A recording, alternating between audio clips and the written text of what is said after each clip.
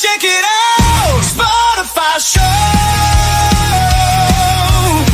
Every Tuesday and Thursday, well, what do you know? Oh, it's the Spotify show.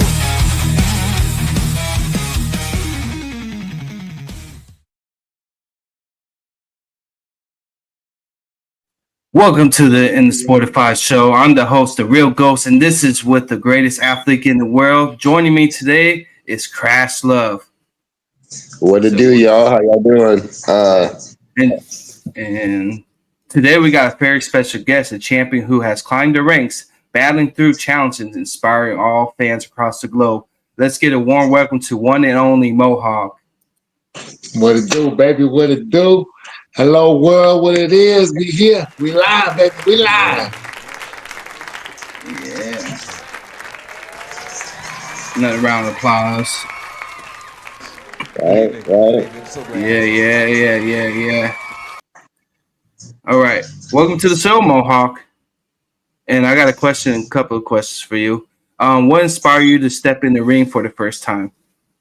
Man, listen, when I was actually doing professional mixed martial arts, as a young buck, man, I came off victim of the environment, man, and I kind of tried to impress the wrong crowd, and I got into the whole guns a little bit too early, caused some felonies, man, and I went away for a little bit and changed my life around, man, when I came out, and I wasn't really having access to all the regular kind of non-felon type of opportunities for people, so I ended up having to find the niche that was right for me, and the fighting, you ain't had to worry about being a felon or anything like that. I went out there, come to find out, I got first 4-second knockout, man, and then it took off after that, man. I found I had a new talent. I just started knocking people out back to back to back to back, man. And it was just like that. I was gonna do the whole football thing, man, but it's just like that knockout just started happening, and it just everything else got swept under the rug and just started taking off. Man, the only gun you need probably is these. You know it. All right. That's incredible. Everyone's journey is unique, but it sounds like boxing was more just a sport for you, as just become a way of life. Yeah, man. It was coming up from the streets, man. It's just, it's kill or be killed type thing, man. Eat or be eaten, man. So it's just always getting into the fights, you know what I mean? And it was a tough come up, man. And it'll put your skin a little thick though, man. But it was definitely, I never like getting into the whole violence thing, man. But it was just kind of like always there. So it was either, get with the program or get ran over, man. You know what I mean? So I was able to get a little bit of that experience. And when I was able to direct that into the right direction, you know what I mean? Because actually, I wasn't even getting into the boxing thing at first. I didn't even know how to get into that. When I got into the bare knuckle boxing, they threw me to the wolves because I wasn't able to get any MMA fights. I had lost 3 fights back to back, and I wasn't able to get any more fights because the professional commissions weren't having it like 3 fights being lost, and so the statistics or something didn't add up. So I wasn't able to get a fight, and they reached me up from Nebraska to go take on the #1 dog out there, man. Bro, I just told them straight up, like, listen, don't break my heart. I got 3 losses back to back. Let me know what I can do to make this happen. And they're like, hey, just sign the papers, get the forms done. And I'm like, all right, I'll start jumping through every single hoop, man. I went out there, man. I put my faith in the man above. Stuff started happening, man. I started praying, and I can't explain it, but you know what I mean? I had built my own relationship with it, and then the bare knuckle fell into my lap, and I just started dominating out of nowhere, man, taking everybody's heads off, and I knew this was a whole new mission for me, man. This ain't my work now, man. I'm doing definitely a whole new job for somebody else, man. I'm enjoying every bit of it, man. I'm doing God's work now. I'm just getting started, bro. I'm just getting started. That's dope. It sounds like you've seen that movie George Foreman. How he was, bro. Yeah, that's what it sounded like. I just saw that not too long ago too. It's now one of my favorite time movies now, bro. I never knew that him and Muhammad had that relationship, bro. Like that was phenomenal to me, man. And it's like because Muhammad Ali he's been like an idol to me, man. So it's like seeing that whole backstory, man. It opened my eyes to the whole boxing thing. Yeah, that's what made me realize your unique story, that it sounded like the George Foreman story, how he got into trouble with some bad people and then ended up turning his life around with boxing. Nice. Yeah, man. It was amazing, man. It was amazing. Yeah. I absolutely love the whole story about it, man. Yeah. Got any questions, Crash Love? Yeah, I actually got a couple of them. Whenever it came down to fighting, what are some like thoughts that you have before a match I'm to sorry, keep could you repeat yourself that question? motivated? Uh, I'm sorry. I'm my bad. Can you repeat that question again? I couldn't hear you. Okay. I was breaking up on my So bad. basically, what are some thoughts to keep you that you pretty much give yourself right before a match to keep yourself motivated and like basically ready for the fight? Man, when it comes down, as soon as we get that contract, man, that the nerves start kicking in, and it's just that you get that feeling in your gut, the Mhm. butterflies, where you're just like, oh, is this the time, man? Where it's like you get that feeling, I'm gonna go in front of thousands, if not millions, of people, man. And it's you kind of I go into the steam room and figure my breathing out so I can try to like tap in with my body, man. And it's like I focus on my breathing in through the nose, out through the mouth, because like the more closer it gets, the more nerve wracking it starts to be. You get the sweaty palms, heart races and stuff, man. And your body just starts feeling hot. But when you hit those preparations, man, the training is what gives you that confidence, that little bit of like, all right, I got this. I've been doing my thing. I've been running. I've been doing my sprints. I've been doing my bear crawls, So it's a lot that leads up to the fight. If you do the right type of training and like get to that point where you're able to really like dig into those dirty thoughts of like being in there and like that real nitty gritty. Like I try to meditate to get myself in the ring and feel that hotness of the ring, of the lights, you know what I mean? The crowd shouting, me trying to block that out, me just visualizing the opponent. And it's like, it comes to a point where you're just like, all right, how close can I get myself in there? And then how close, like how can I try to overcome that feeling of adrenaline just dumping on you? You know what I mean? And then that's when I start really feeling out like, okay, critical thinking, can I stay calm? You know what I mean? Like stay calm, keep the breathing in, make sure your heart pace stays down, and it's hard, man. It's hard, and I know everybody that goes into the ring, man. They know that feeling, and if they say they ain't scared, they a lie. Mhm. You know what I mean? They a lie. They hide it well, but Yeah. Yeah. I've been in there, man, and it's like every single fight that you get, that nerve just kicks you right in the gut, man. I just try to breathe as best as possible. I visualize it. I think about those fights too, like from the crazy Ip Man movies, the Tony Jaa's and all the animes that come out there. You know what I mean? I'm that guy. I'm him. You know what I mean? I go out there. I could do it. If he Yeah. could do it, I could do it too. You know what I mean? And Yeah. sometimes you gotta lie to yourself a little bit, man. Fake it till you make it, man. And I go out there with the Hey, confidence of Goliath. You know what I mean? But I start handling yeah. business like old David. Hey, it's like that saying, Yeah. David and Goliath. Like Yeah, sometimes the small opponent might be the winner man. of the big giant. I went in and Like when I started this. getting into this fight, man, I started seeing the fighters like they were bigger than me, and I'm like going up, looking up, and I'm like, oh, they do exist. Like, man, I've never come up to people like really bigger than me, so it was, I had to find that little man kind of like the David and Goliath confidence. You know what I mean? Like I ain't gonna let no size don't matter. It takes 5 pounds of pressure to knock somebody out. Oh Man, it's a yeah. tough one, man. It's a tough one to get through. A mental You battle for ever real. study Tai Chi? I gotta get into the Tai Chi, man. I love watching like the whole martial arts movies, the old school Bruce Lee's Yeah. and the Van Dams, and like I pick up on a lot of the stuff that they do, and I know a lot of them are like a Tai Chi. They speak a lot about that Tai Yeah, yeah, Chi. yeah. Yeah, I yeah, I definitely learned gotta that look in into it, bro. Brazilian. Yeah, I learned that in Brazilian Jiu-Jitsu. But what stuck out to me from Tai Chi is you always want to be mind strong before physical strong. Once you be mind strong and know what you about to do beforehand, it'll come a long way. Man, that natural instinct, bro. Like my Van Goku's to Yeah, get that ultra instinct locked, man, locked in. Yeah. yeah. When I did MMA, I won 15 out of 25 matches, and then when Nice, a couple of months ago, I never got knocked out. It's just the arm bar. That's a pain in the butt. I didn't like man, bro. it Americana was my sucked. nightmare, bro. But Yeah, the a Americana, couple months because my ago, shoulder, when I went into one of my fights, I blew my shoulder out. And after that, everybody just started targeting my shoulder. I wasn't really able to afford the jujitsu training, man. So it was like, it was a yeah, little it was a tough pill to swallow, man. And I was getting in there, and they just kept going for it. I had 3 of them back to back, man. Those Americanas, so I ended up having to fill that hole. I went and started doing jujitsu for like 2 weeks because I absolutely didn't like the contact, and I was hating it, man. Like just that physical kind of the gi and everything, and like I never really warmed up to it, man. And like I said, fuck it, I buckled down. My language, I buckled down, and I went in there. And I got 2 weeks of worth of training, man. My coach Calvin Harbaugh, man, he put me on, and we went out to the Fuji, man, and I got gold in the gi and in the no gi in my bracket with the Americana, man.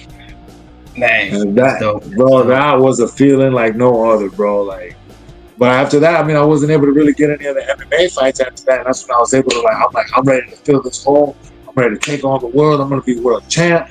This and that. You know what I mean? I was geeked, and I just started getting ghosted back to back because the commissions weren't letting them fights go through. That's when I had to buckle down, man. And then that's when the beautiful bare knuckle fell into my lap, and that's my bread and butter now, baby. That's what I will be, future 205 champion. It's only a matter of time. Yeah, a month ago I was about to get back in the ring, but this is a little brawl. I don't know if you heard of it, called Redneck Brawl. Redneck Brawl. I've heard of the Redneck Brawl. Yeah.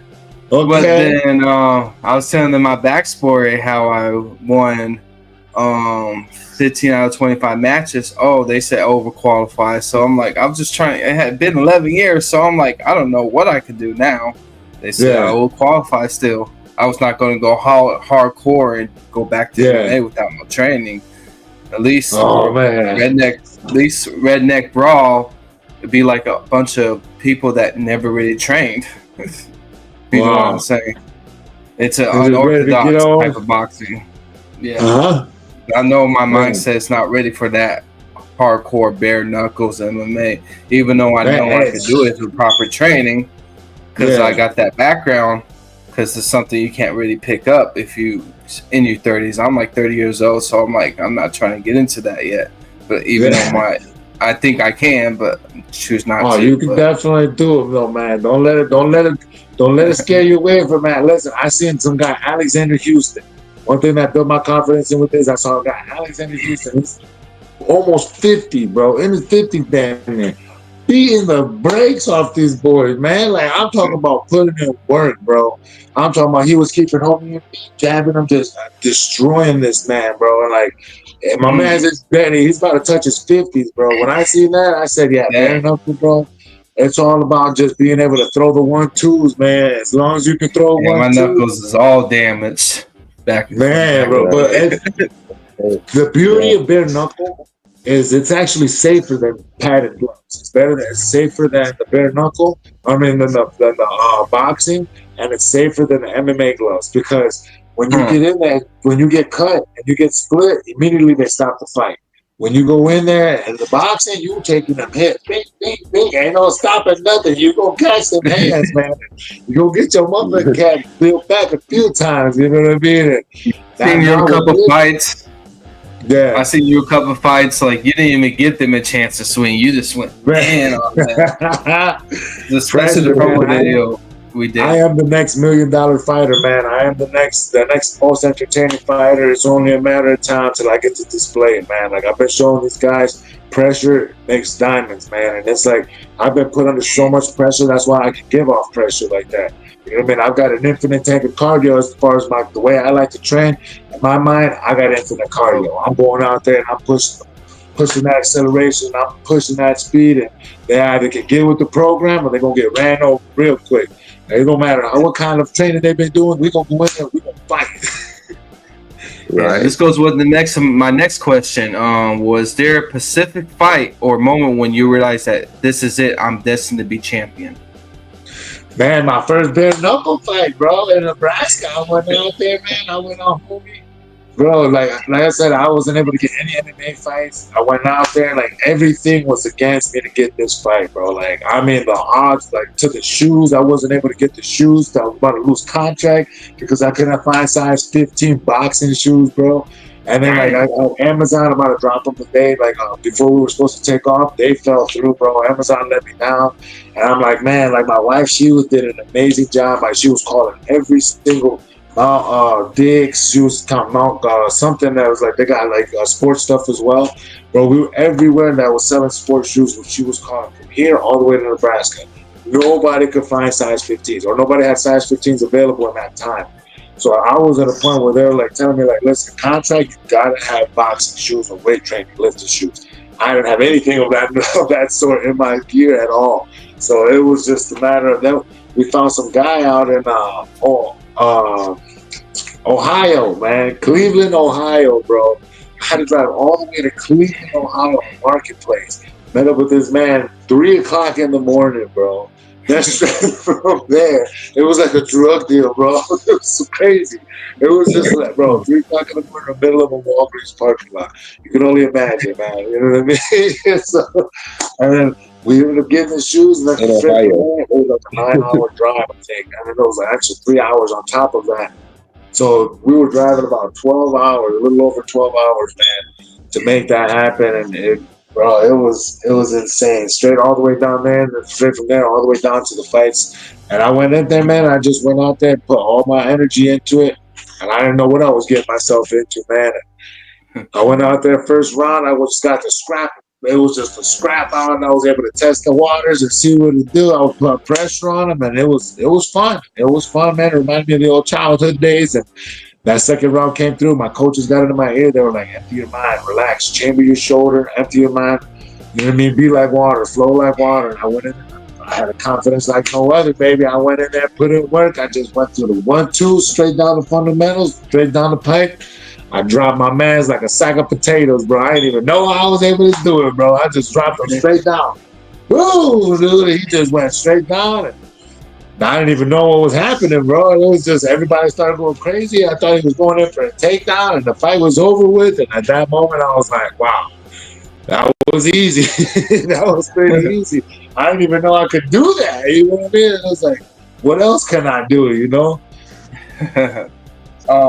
Is it like, for the people that don't know what bare knuckle champion is, it always like bare knuckles at first and then you in the lead of champion, or it's always bare knuckle champion, if you know what I mean? It's always, so it's bare knuckle fighting championship, and it's always, you know, you're every 2 inches behind the glove or 2 inches behind the knuckles, they wrap, and that's it. Go to work.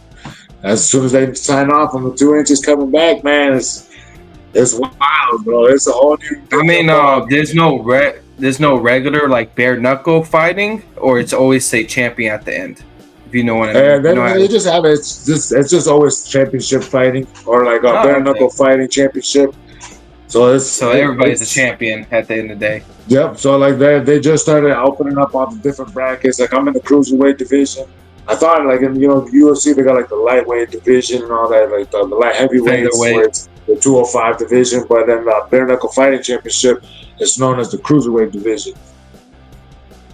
So 205 is cruiserweight? Yes, sir. So would it be 234 in heavyweight? You would be, yeah, they'd have them in the 2 and the heavyweights. Anything over the 206 mark, they takes off into the heavyweights, and then the 265 and up into the super heavyweights. Oh, okay. Yeah, no. Yeah, you got any more questions? Since it's worldwide, you know what I mean? Some BKFC is like worldwide, like it varies off on different, you know what I mean? Like those kilos and all that other stuff, you know what I mean? It's like here in America, they got all the pounds and they do things by the pounds. Over there, it's like, oh, we got so many kilos, and I'm like, oh, let me do the math real quick. Let me put my phone on. I gotta brush up on that, you know. Yeah. As far as like you hear me? Yeah. All right. So as far as fighters in the league that you would like to fight, is there anyone that you would like to name? Well, right now I got my eyes on Chris Camozzi, man. He wins the championship right now, and who is the champion in the 205 division.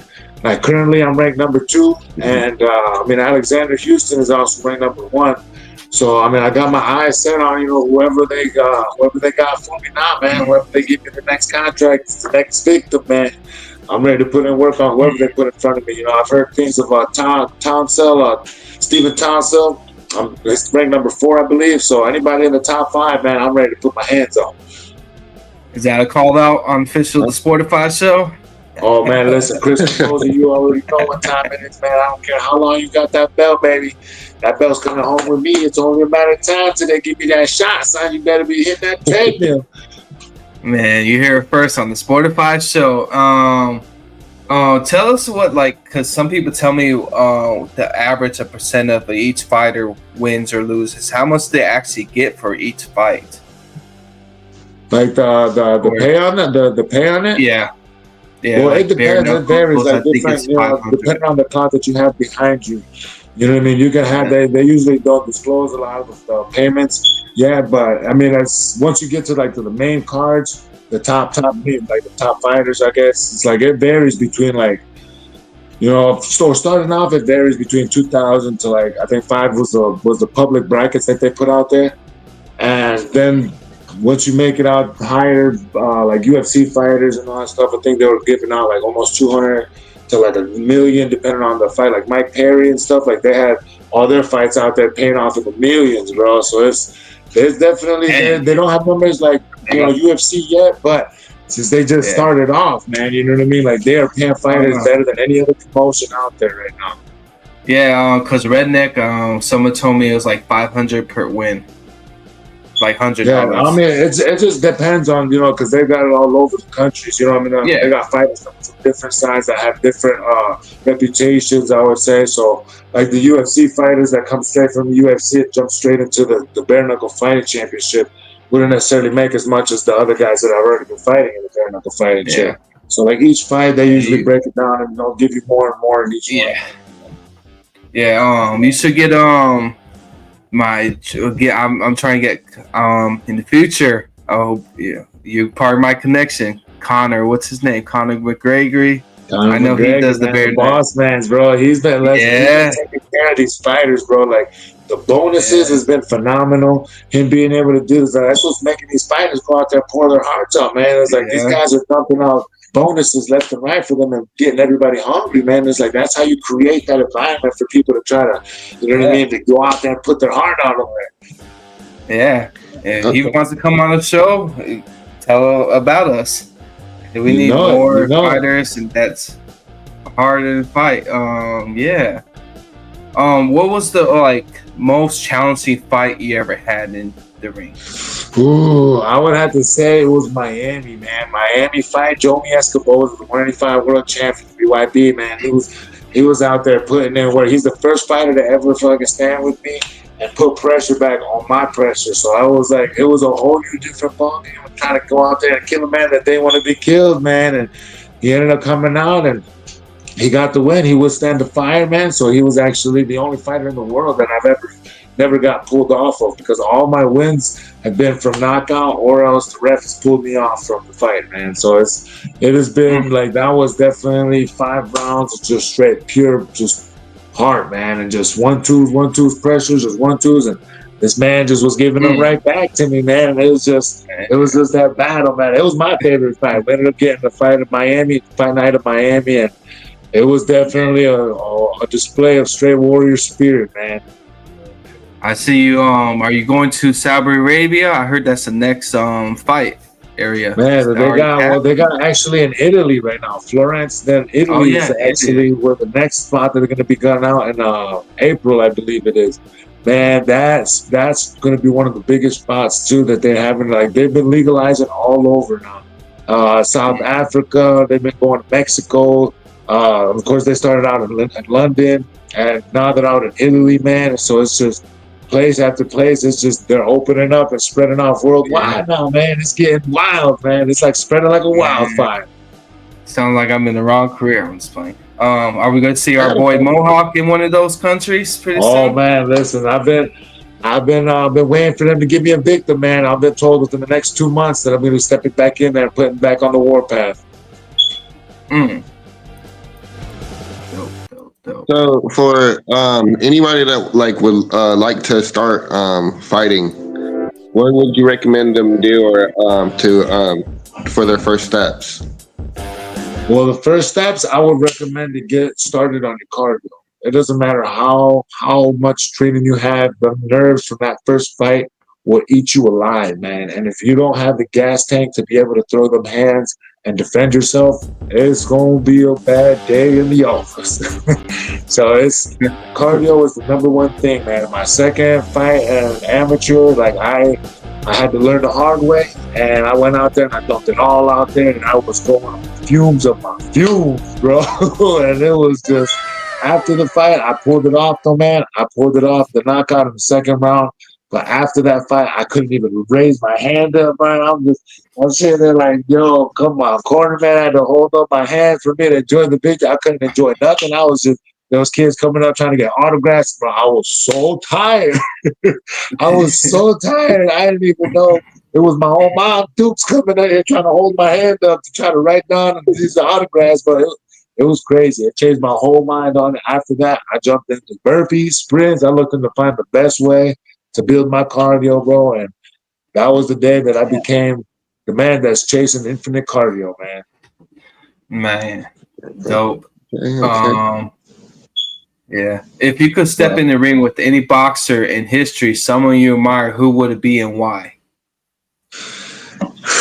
Yeah, man, I would have said Muhammad Ali, man, because of the way that, you know, his heart, bro, his heart was like no other, man. You could beat that man down and he would still be coming out here moving, bobbing and weaving and banging and bopping, and he would tap into people's heads, man. And it was just like, he would give you that sense of, oh, you think you're winning, but he would just beat down, man. So I feel like that would have been the amazing fight for me to be able to learn how to push my limits to the limits on somebody else pushing back on me, you know, pressure versus pressure. And like, I just feel like I really able to learn so much from that fight. You know what I mean? Being able to really how to hit angles. And me personally, my dream fight has always been that go in there, get in there. He's hitting me, I'm hitting him. He's hitting me back, I'm ducking and dodging. I'm catching him, I knock him down. He knocks me back down, and we going back and forth. The crowd's just on their feet going crazy. I catch him in the jaw, he catches me in the jaw. I counter back, pop, pop. We going back in there like, oh man, that's the dream fight that I want, man. It's like being able to have that. Like now, that's when I'm able to just fall right through my opponents, man. Because like nobody likes to fight back. Everybody just gets curled up and they just start getting, you know, scared. I would say, you know, and it's just like you can feel when a person tries to start breaking and then buckle down, and that's when I start pouring even more onto them, man. You know, and it's just. I've never had that fight back on me, and that's when I had that Miami fight. That's the only fighter that's ever poured it back on me, man. And I learned so much from that fight. That was that championship fight. You know, I was able to get into those higher rounds and see where I can how I can perform in those higher rounds. And I threw almost like 400 some punches, man, in those 5 rounds. Ooh. And it was just, count punches. It was brutal, but it was like I was able to see where I was at, you know. Now that I see what I'm capable of, like it's only gonna get better from here, man. Nice. Now that would be a fight for the ages. But before we let you go, it would. What one piece of advice you would give to young fighters out there who dreams of following in your footsteps? Listen, do not listen to any haters out there. There's gonna be so much negative energy that comes your way.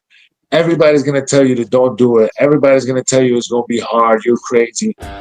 Don't listen to nothing that they got to say. I need you to step out there, believe in yourself, because ain't nobody else going to do the work for you. Stick to the basics. Don't put too much on your plate and just focus on cardio. 1-2s, bro, because everybody got a game plan till there's a fist in their mouth. If you go out there and you just put the 1-2s on them, they ain't going to know what to do with it, man. And honestly, like every single person goes out there with a different heart and soul. But if you just pour your heart and everything into it, you're going to come out on top, whether you win or lose, because that feeling you get, it's like no other, man. And then when you go in and step into that ring, to even step into the ring is an accomplishment, because nobody out here really, you know, the average Joe is even trying to step into that ring or even think about fighting another human. And us being able to chase that dream, there's going to be so many different people and so much negative energy coming from everywhere telling you that stay safe, you know what I mean? Just follow these rules and this and that. Like, no, chase your dream, screw what everybody else has to say, and go out there and put the work in for yourself, because there's no other feeling like accomplishing that 1-2, man, and you see that this man goes down and your hands get raised and you just out there enjoying every bit of it, man. And it's a whole new emotion that it's unspoken of, man. Like, it's hard to explain, but I promise you, it's hard feeling to get to, but it's like no other, and you will love it for the rest of your life, and it will change every perspective that you have on putting in work. It's all about that 1-2. That Powerful words from that 1-2 going out there, man. I'm telling you, yo. I love it. Powerful words from a true champion, Mohawk. Thank you for so much for joining us today. It was an honor. I appreciate you guys having me. Yeah, just a glimpse of what your daily routine is, what your match is up, and we will be rooting for you for your next fight. I appreciate that, you guys. I will be world champion. It's only a matter of time. I'm just getting started. Yeah. Believe me when I tell you guys, man, I'm living a dream right now like no other. Yo, I never knew I could be here. Coming from where I came from, I never knew I could be. If you'd have asked me before, I would have told you it was crazy. You know what I mean? But look at me now. I'm out here fighting in front of millions of people, bro. I'm just an average Joe. I was picking off cans in the alleyway trying to get a Tahitian 2-liter, bro. Like, and now I'm out here enjoying every single bit of fans coming out and enjoying it. And it's like taking pictures with the crowd. And I do this for the people now, man. It's like I was paid in a new currency, and I know now what I can do and the platform I was given now. I'm going to change the world, man. It's only a matter of time. I'm going to be helping these different programs coming out. Training in the park is going to be free to the communities that are going to be coming out there, joining in that program. And it's going to be like nothing else, man. Giving the opportunities that I never knew I had, and just giving it out to those people too that I could actually use that help, man. And there's so many different negative entities out here that just holding us back from being so great at different things. And like, honestly, bro, it's just you go out there and put the work in, man. It just takes one step to start that 10,000 journey, man. And that step of 10,000, that's where it's at right there, man. The dream come true, man. Tell the fans and the people when is your next fight so we can be watching you. Well, right now, hopefully within March, I'll be able to get in there, and they're going to be stepping me out there possibly to Florida, or else after that, they're going to be sending me out over to, I believe it's Albuquerque, that's going to be coming out in April. But it's not concreted in yet, but when they give me that victim, the world's going to know it, baby. So stay tuned. It's only a matter of time till they give me that championship fight. Nice. But that is it for today on SPORTIFY Show. Be sure to tune in next time as we bring on more stories from the world of sports. Until then, stay strong, keep facing your dreams, and subscribe and follow us on Facebook. And Mohawk, tell everybody to say, you know what time it is. You know what time it is, baby. Jump on the SPORTIFY Show.